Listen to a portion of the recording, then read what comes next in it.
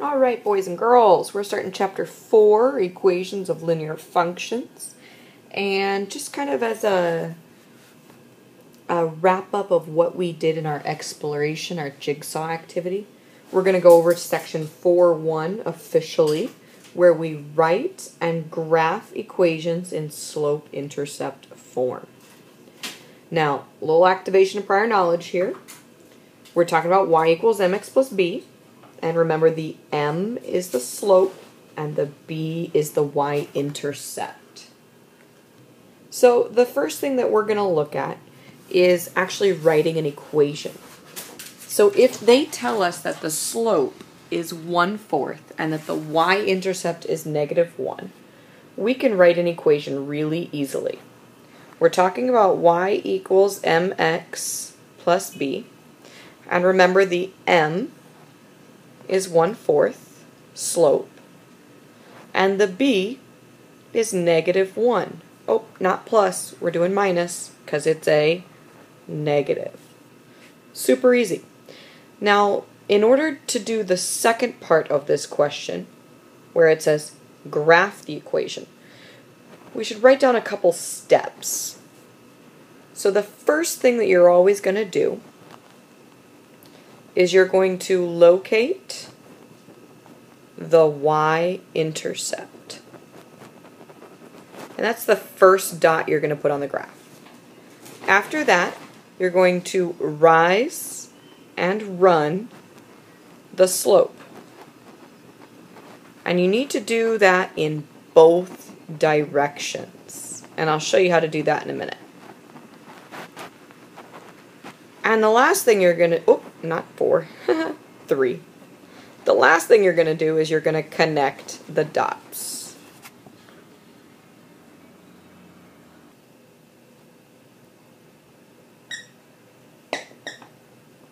Alright, so let's do an example of that. What's my y-intercept? It's -1. So we put a dot at -1. Yes, that squeaky noise is Benji. He's playing with a squeaky toy. Benji. Alright, from that -1, we're going to rise and run the slope. So we're going to rise 1, run 4. And by the opposite direction, I mean 1/4 is the same as -1 over -4. So we're going to go down 1, left 4. And that is our lovely graph. Alright, why don't you push pause and try the second one all by yourself. So the correct equation is y equals 4x plus 3. And the graph should look something like that. With the y-intercept at 3, rise 4, run 1, go down 4, left 1. Alright, so the next thing that we need to be able to do is graph linear equation using y equals mx plus b. And you'll notice that these equations are different. They are set up in standard form. So in standard form, we're going to have to rewrite them so that they're in y equals mx plus b. To do that, we're going to need to subtract 5x from both sides. That'll give us 4y equals 8 minus 5x. And we're going to divide everything by 4. That'll give us y equals 2, because 8 divided by 4 is 2, minus, and this cannot simplify, so it's simply a fraction, 5/4 x. Now, some of you might be annoyed by this because it's not mx plus b, but you can rewrite it. Just make sure you do some keep change first. So it's really y equals -5/4 x plus 2. And that's really easy to graph. Remember, we're going to start at the y-intercept, which is 2. We're going to go down 5, run 4. Or, opposite direction, up 5, left 4. Connect the dots. Man, it's hard to connect the dots on this guy. Alright, go ahead and push pause. Try the second one by yourself. Alright, so if you rewrote the equation correctly, you should get y equals -3/2 x plus 3. And your graph's going to look something like that, with your y-intercept at 3 and your rise -3, run 2, or in the opposite direction, rise 3, left 2.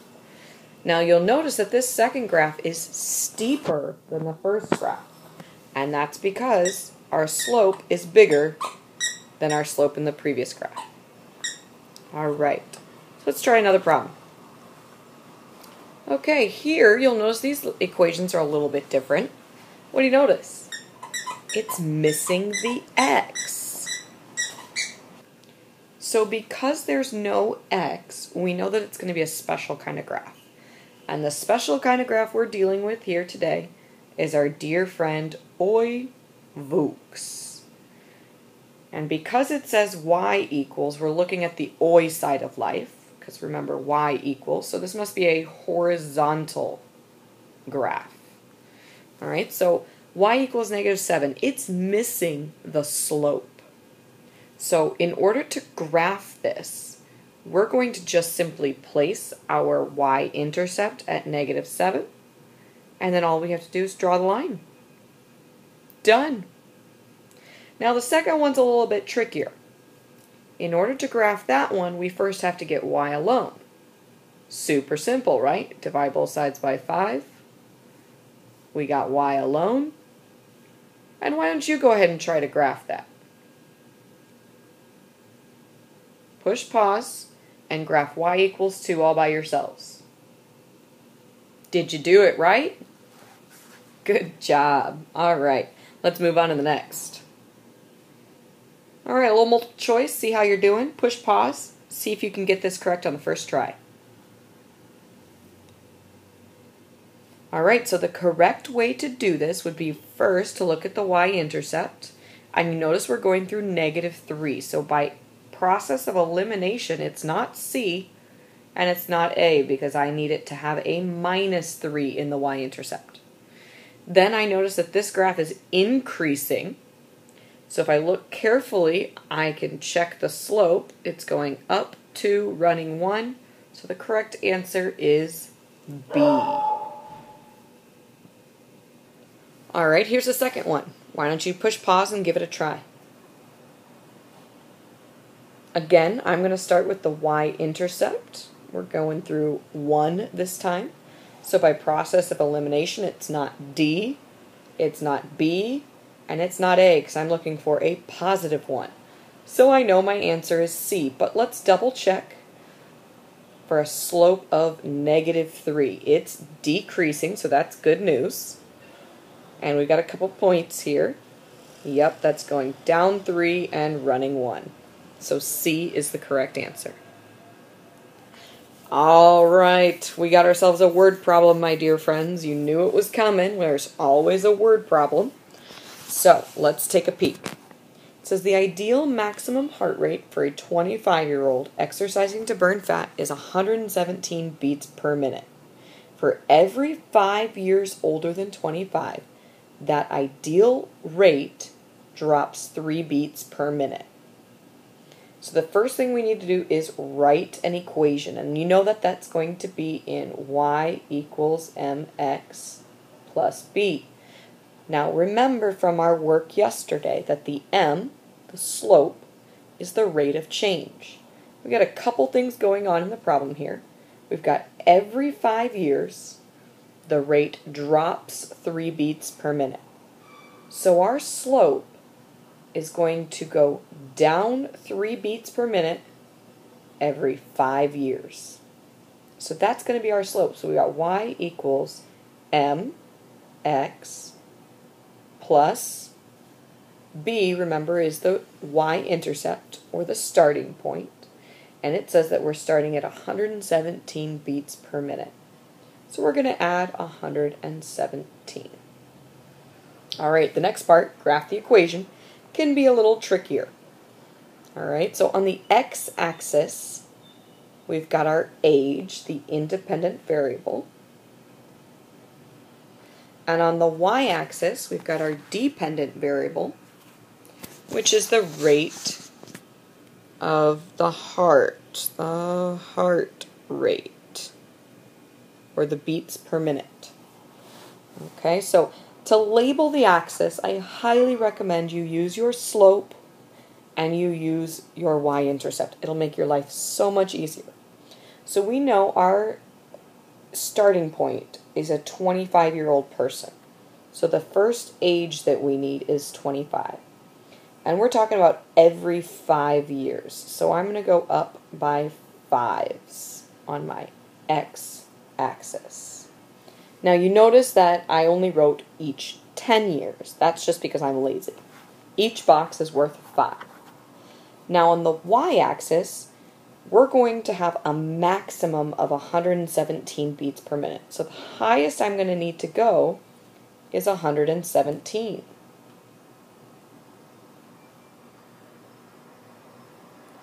Now going down from there, remember our slope is going down 3 beats every 5 years.